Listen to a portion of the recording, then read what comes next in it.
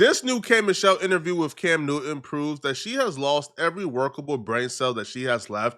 She's currently getting a lot of backlash online for comments she made about black men during the interview. While watching this interview, it was pretty evident that K Michelle has hit the final stage of boporphosis. When a bop gets tired of being a bop, they turn to Jesus or the white man. And considering who you ask, they're the same person. Now, K Michelle did the Miley Cyrus. She left from out of hip hop, out of urban culture, and she's now grifting off country, which is fine, right? Because K Michelle is a great country artist. I can't deny it. She does amazing work. But what's not okay is slandering and using black folks to ingratiate yourself into Nashville and country culture. I just watched a country interview with K Michelle and like a country music journalist, and they're very clear and bold with her. They're telling her to her face, you don't make original country music. You're not one of us. In pursuit of this unattainable acceptance from country music OGs, K Michelle has completely rebranded, did an entire 180. She has completely changed her entire image and her personality, bruh. Miley Cyrus walked so K Michelle could run. K Michelle is poorly executing a Miley Cyrus playbook. And is poorly executing it because we already hip to the method. We already know what's up. Miley Cyrus was out here for a year straight after her career got cold, after that Disney Channel fame wasn't hitting no more, and she needed something to make her hot again. She ran to the infinite hip hop glitch, which is, start acting ratchet, start dealing with rappers, start going to Mike Will Made's studio and getting stuff like Thanksgiving turkey. And eventually, when you get hot again, right, when you get called edgy and trendy, you then resort back to what you know, which is, your roots. You use up hip hop for what it's worth and you go back to your roots. And then you start doing quotes in publications, you know, talking down upon the culture that you used to get hot again. Like Miley Cyrus did it. Used hip hop for about a year straight, got back hot, went right back to country, and then did an interview with Billboard and told Billboard, I also love that new Kendrick Lamar song. Show me something natural, like with some stretch marks. I love that because it's not come sit on my D and suck my cock. I can't listen to that anymore. That's what pushed me out the hip hop scene a little. It was too much Lamborghini, got my Rolex, got a girl on my cock. I am so not that. This is the same Miley Cyrus who was out here wearing gold chains, a gold grill, and twerking on stage, bruh. This the same Miley Cyrus talking like this. So we already seen this playboy, bruh. So K Michelle, right, running through rappers, acting ratchet, fighting on Love and Hip Hop for about a decade in the industry. And now she's transitioning into country. She got a newfound love for white man. And now she can't stand niggas. She can't stand black folks and black folks' culture. And she expressed as such during a Cam Newton interview. And it's like the genders are doing this. Clashing. And it's like a hot topic and this and that. Yeah, it's cute, it's a hot topic, but it is really destroying families. When I go, okay, think about this. Being in Nashville all this time, being in Atlanta all this time and then going to Nashville where it's predominantly white. One, they go home at 5 and 6 o'clock when they're producing because they go home to their families. You see how easy it is, man, to get these folks to turn on their own people, bruh? It only took 11 days in country music and some white meat to make her start thinking white ice is colder. Now, the thing is, she's comparing the best that the white environment has to offer to the worst that the black environment has to offer, which to me is just dumb. Being a country singer, if you are a singer in country music, you're a man. If you are not married, it is not respected. Family is respected in country music in that space. But in our space, we are singing about side chicks. We are glorifying a lot of women. That's not what happens in Nashville. You can't call a woman a big hoe in Nashville because they'll never even listen to your music and your professional career will suffer. The ice is cooler than Master's house. Yo, this is just like, why, bruh? Yo, have you ever heard of Wheeler Walker Jr.? He literally has a song called FUB. Morgan Wallen is a degenerate too. Shout out to Morgan Wallen, bro. You my guy. But Morgan Wallen is with the ish, and that's why we love him. All right, he's with the ish. And Chance the Rapper was a rapper who rapped about his wife every chance he gets. Yo, hip hop isn't all drill music and misogyny, bro. There are aspects of hip hop that's really positive. Like Lecrae, he's a rapper, and Lecrae raps about monogamy, raps about like women that he want to spend the rest of his life with. So there are aspects of hip hop, there are sections of hip hop that's respectful. But what happened is K Michelle was in the other part of the culture. K Michelle was in a messy part of the culture. K Michelle was rolling around people who didn't respect women. K Michelle was keeping company of men that were misogynist.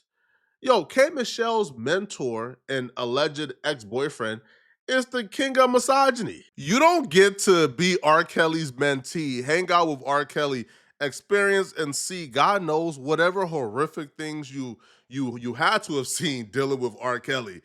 You don't get to take that experience, take it over the country, and use that experience to reflect all of hip hop or all of the black experience. The R. Kelly experience ain't the black experience, bruh. Dealing with people like Uncle Murder and Soulja Boy don't really dictate the black experience, bro. You was dealing with ghetto culture. You gonna say safe too? Yeah, I'll tell you who I wouldn't date. Michelle. Oh, you smashed K Michelle. Okay, well, who wouldn't you date? Oh shit. Oh, did you smash K Michelle? What? What do you Hold on. You mixing my words. I heard a few stories about K Michelle, and as I was doing the yearly wrap up, the stories that I heard about K Michelle was that her box stink. This is like when the local bop moved to another state and nobody in that state knows her history or knows how she get down. So now she gives a chance to rebrand herself. So she went from being the biggest local bop to now she's a Bible study leader. But now she's telling people she's a virgin. So this is what K Michelle is doing. You probably have one of the most despicable histories in the industry. R. Kelly. I mean, being linked to him is despicable. Uncle Murder knowing what your box smell like is crazy. Soulja Boy claiming he smashed is outright crazy. You got one of the most despicable history in the culture of who you chose to deal with in the culture, and now you're leaving like the culture with that experience. You didn't get to mix and mingle with all the positive stuffs about hip hop culture or about black culture. So now you're trying to ingratiate yourself within white culture. So now hip hop or black culture is just terrible and horrible, and the white folks are just absolutely better than us in every aspect. At what point in the black community do our men create real homes? And even talking, just our first time talking, and you said you didn't even mean for that to happen. Life happens. I'm not here to judge life. I'm looking at a successful black man that has the ability to literally turn the narrative on black family, you know? Mm-hmm. And my grandfather, I watched my uncles and everything. My whole family, they're married. I'm not the girl who didn't see what a man creating a black family is supposed to be. So I'm asking right now, black men, I got to tell my black men to really step up for black women and create families. Yeah. It's really not cool. Black men are attacking black women. And it's not a cool, they're not creating homes, they're creating babies everywhere. It's not cool. And I'm asking you, other successful black men, to be, you have to set an example. Great message. I hear you.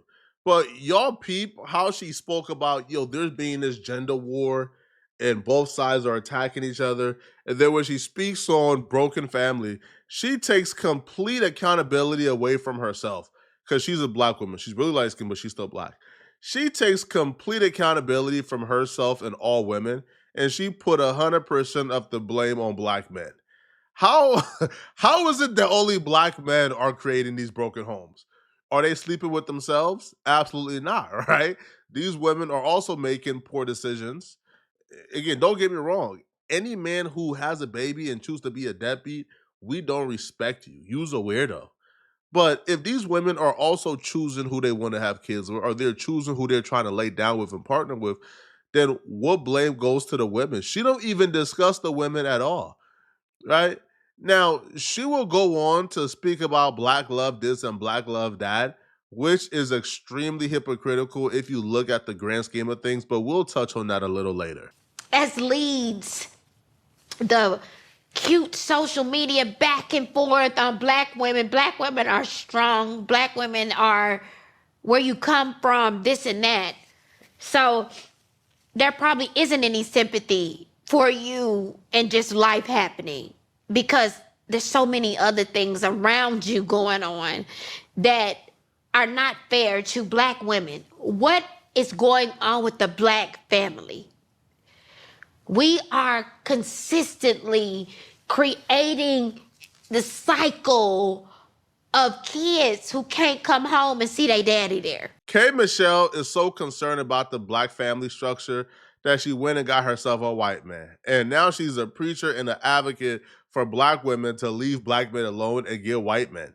So how concerned are you really about the black family structure that you're out here shedding tears if you don't even have a black man? You literally have abandoned the black family structure. Did, and still to this day, it still hits top 10 every year. With that being said, this ain't got nothing to do with nobody. Have you ever dated outside your race? Yes, that's all I would like to do. Now? Yes. Okay. I always get in trouble for this over the past 3 years. I've always told my sisters to go where they are loved. And I've always told black women to be open to dating, even outside of their race. I love black love, and I would like that. But to see my African-American women sitting around waiting on a black man as he chooses whoever he wants to choose. Do you look at that? I do. So if you look at that as a way, no matter what it is, this goes back to accountability. Okay, give it to me. If you look at the black man that's in a relationship with another race as a side eye. I don't look at it as a side. Okay, That's the thing. Okay, how do you look at it? I want black men to do, if they were a black woman, to build a black family. I'm not the girl that sits up there and looks at the black man when he date a white woman or date someone and say, "Ooh, you can't do that." Normally, I don't even want them men. And I've always dated outside of my race. And I would like for black women to be open to the people that like them. White men love me. Like, white men love me. And that is just the Once truth. you go black, That's just the truth. as it's getting. Which she's 100% correct. People should be able to date whoever they want to date. If somebody wants to date a brown, purple, blue, green, whoever, bro, that should be their right.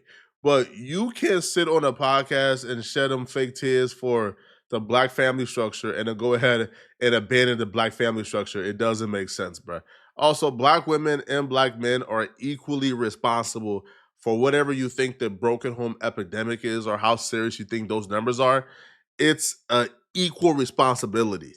No one gender is more responsible for this epidemic than the other.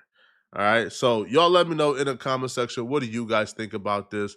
Is she correct? And if you're still watching, click on this video right here on my screen to find out how Gene Dale tried to expose Cameron and Mace, but it backfired. I'm going to see you guys in this video somewhere on my screen. Out of here, folks. Peace.